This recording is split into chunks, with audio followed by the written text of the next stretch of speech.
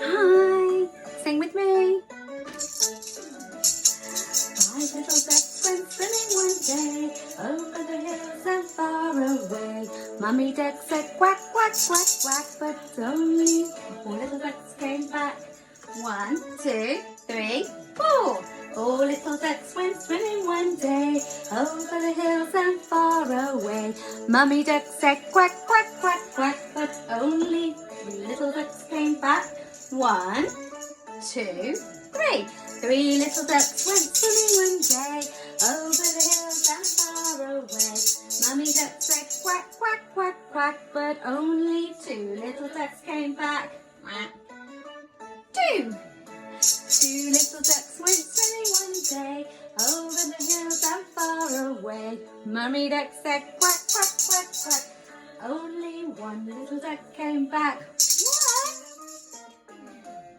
1 little duck went swimming one day over the hills and far away.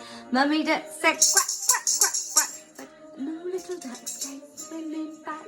None. Wow, where'd they gone? No ducks went swimming one day over the hills and far away. Mummy duck said quack, quack, quack, quack.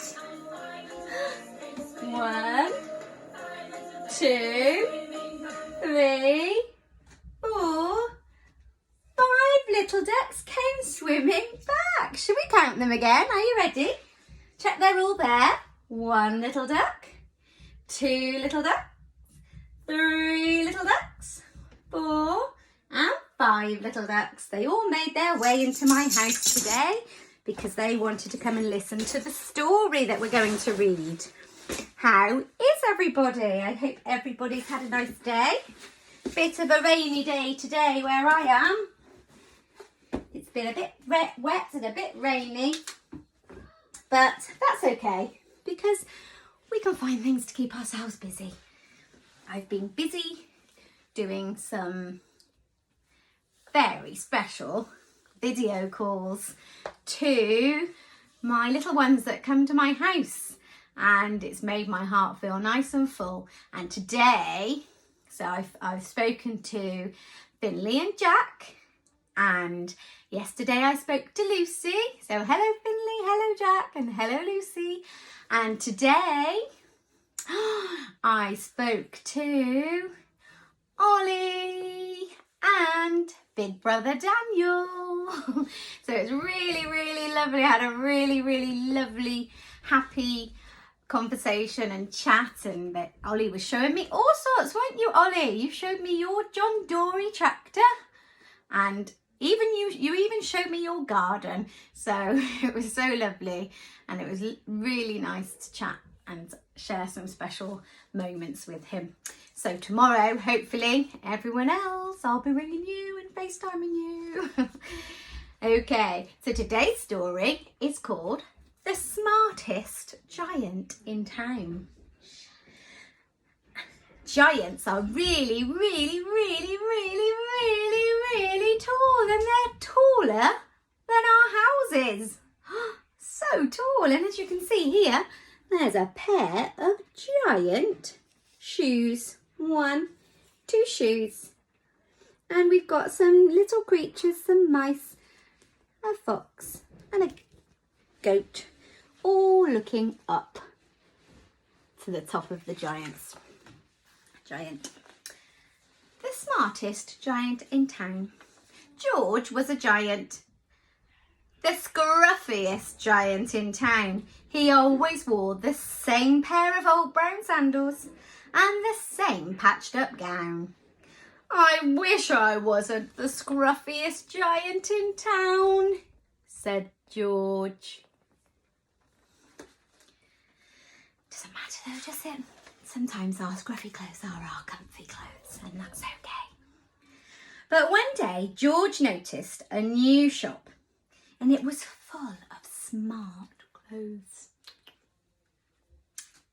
So he went inside, and he bought a smart shirt. He bought a smart pair of trousers. He bought a smart belt and a smart stripy tie. He bought some smart socks and a pair of shiny smart shoes. "Now I'm the smartest giant in town," said George proudly. George left his old clothes behind at the shop. He was about to go home when he heard a sound. On the pavement stood a giraffe who was sniffling sadly. "What's the matter?" asked George. It's my neck," said the giraffe. "It's so very long and so very cold. I wish I had a long warm scarf." "Cheer up," said George, and he took off his stripy tie. "It didn't match my socks anyway," said George as he wound it around the giraffe's neck. Oh, how kind is George? That's really kind of him. He's taken off his brand new tie and he's given it to the giraffe to warm up his neck. How lovely is that? Can you think of a time when you did something lovely for somebody?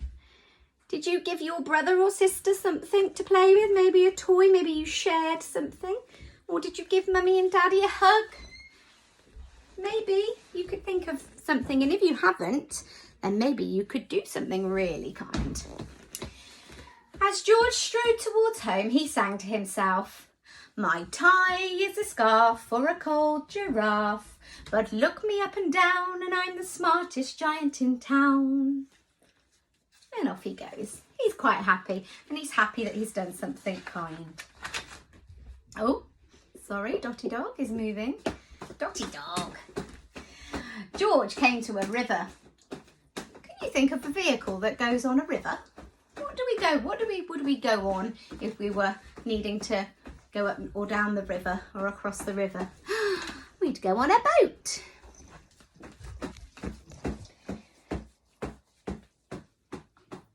On a boat stood a goat who was bleating loudly. "What's the matter?" asked George. There's the goat, poor goat. "It's my sail," said the goat. "It blew away in the storm. I wish I had a strong sail for my boat." Oh dear, his boat doesn't look very smart without its sail, and it probably won't go very far without a sail. "Cheer up," said George, and he took off his new white shirt. It kept coming untucked anyway. "Oh, George, you're the kindest giant." He said as he tied it to the mast of the goat's boat. It made a magnificent sail. "Thank you," said Goat. George strode on, singing to himself, "My tie is a scarf for a cold giraffe. My shirt's on a boat as a sail for a goat. But look me up and down and I'm the smartest giant in town." He's looking a bit chilly there. He's only got his vest on now. My goodness. George came to a tiny,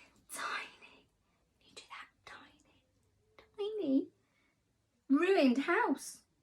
Beside the house stood a white mouse with lots of baby mice. They were all squeaking. "What's the matter?" asked George. There they are. Oh dear. Look at their house. "It's our house," they squeaked. "It burnt down and now we have nowhere to live. I wish we had a nice new house." They look so sad. Can anybody guess what George might do? What might George do? He's helped a giraffe with his tie. He helped the goat on the boat with his sail. And now a mouse that needs a house. That rhymes. Can you hear those rhymes? Goat and boat, mouse and house. "Cheer up," said George, and he took off one of his shiny shoes. "It was giving me blisters anyway," he said, as the mouse and her babies scrambled inside. The shoe made a perfect home for them. They squeaked. Wow. So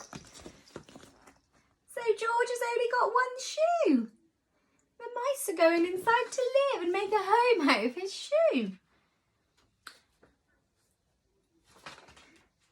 George had to hop along the road now, but he didn't mind as he sang to himself, "My tie is a scarf for a cold giraffe." Well done.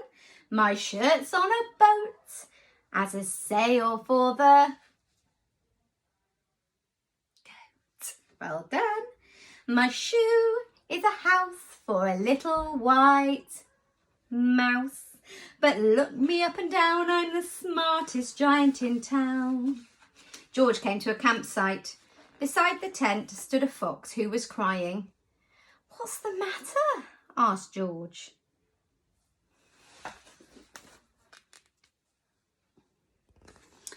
So even though George is really big, he still notices all the little things going on around him and all the people and all the friends. "It's my sleeping bag," said the fox. "I dropped it in a puddle. I wish I had a dry, warm sleeping bag." Oh dear. Accidents happen, don't they? I wonder what George is going to do to help.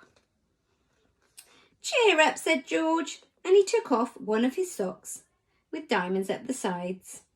You see the diamonds? "It was tickling my toes anyway," he said. As the fox snuggled into it, it made a very fine sleeping bag. "Thank you," said the fox. And George hopped on, singing to himself, "My tie is a scarf for a cold giraffe. My shirt's on a boat as a sail for a goat. My shoe is a house for a little white mouse. And one of my socks is a bed for a fox.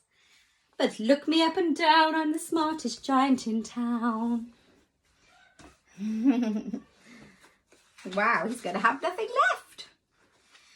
George came to a big squelchy bog. Beside the bog stood can you think of a word that rhymes with bog, an animal? Bog and, frog. Yeah, that does. Bog and dog. Well done. Beside the bog stood a dog who was howling. "What's the matter?" asked George. You do that? "What's the matter? What's the matter?" "It's this bog," said the dog. "I need to get across, but I keep getting stuck in the mud. I wish there was a safe, dry path." Poor dog, he's getting muddy and mucky. A path? I don't think George has got anything that could be a path, has he? Not sure. "Cheer up," said George, and he took off his smart new belt. "It was squashing my tummy anyway," he said, as he laid it down over the bog. "It made an excellent path." "Thank you," said the dog. And across he went. Oh, George is so clever. The wind started to blow, but George didn't mind. He hopped on, singing to himself, "My tie is a scarf for a cold giraffe. My shirt's on a boat as a sail for a goat. My shoe is a house for a little white mouse. And one of my socks is a bed for a fox. My belt held a dog who was crossing a bog. But my trousers are falling down. I'm the coldest giant in town." Suddenly George felt very sad and shivery and not at all smart. He stood on one foot and thought, "I'll have to go back to the shop and buy some more clothes." He decided. He turned round and hopped all the way back to the shop. But when he got there, oh no, it was closed. "Oh no," cried George as he sank down onto the doorstep. And a tear ran down his nose. He felt as sad as all the animals he had met on his way home. Then, out of the corner of his eye, he saw a bag with something familiar poking out of the top. What could it be?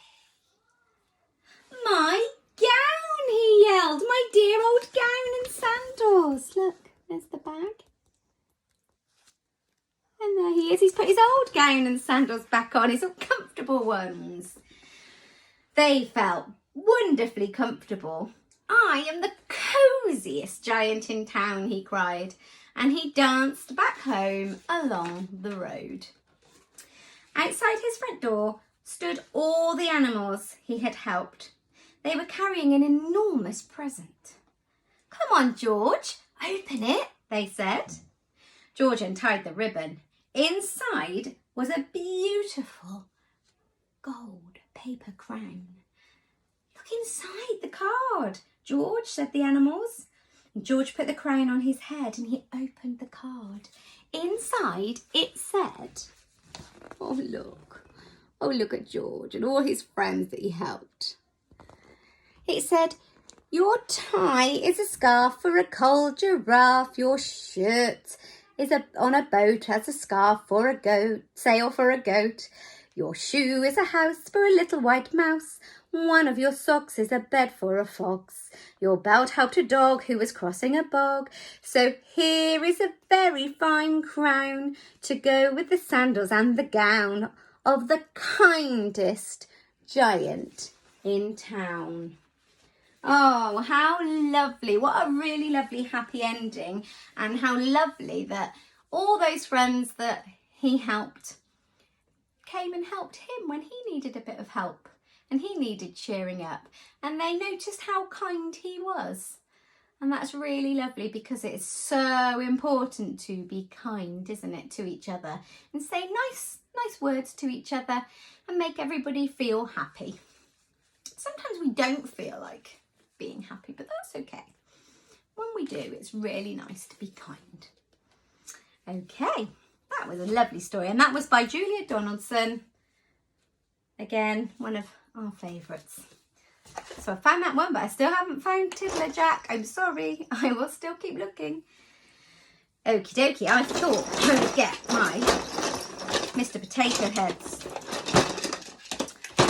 And I wondered if you could help me to build the potato head, how we'd like it to be. So, what does our potato head need? What does he need on his face? I'd like him to have a face. Can you think what he might need? What have I got on my face? 2 eyes. Can you blink your eyes? Blink, blink. 2 eyes. Let's see if I can have a little look. Oh, and I can find 2 eyes. Oh, he's looking better already. What else do we have on our face? What else? What's in the middle of our face that gets a little bit tickly sometimes and we might achoo. Can you think? What is it? Beep, beep. A nose. A nice nose. Hang on. Oh, he's got a big red nose. There we go. He's got a nose. He's looking good. Okay, then what have we got down? If we move down the face, what have we got here? What's this? This is our mouth.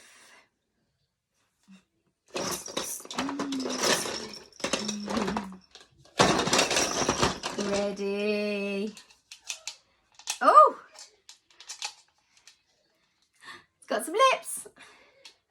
And then, on top of our head, we have some hair. Put some hair on. Oh, wow. Looking very cool. And then we need, what do we have on the side of our head? What are these? Ears. How many do we have? We have 1 over ear. 1 ear and 2 ears. 2 ears. Let's see if I can find 2 ears. Are you ready? 1 and 2. 2 ears. There's our little potato head so far.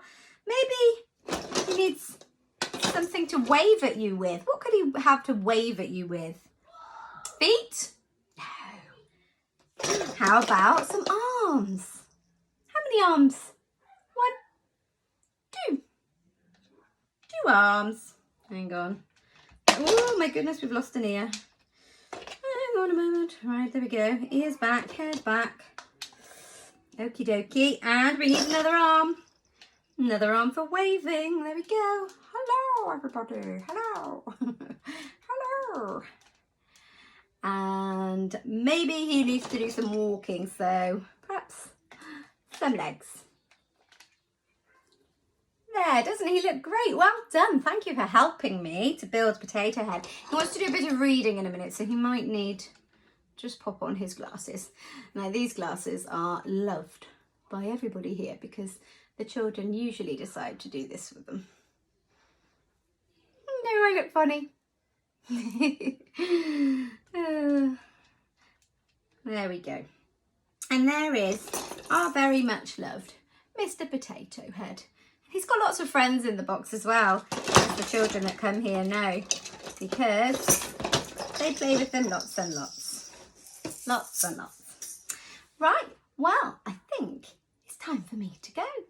So I'm going to say good night, goodbye, depending on when you're watching.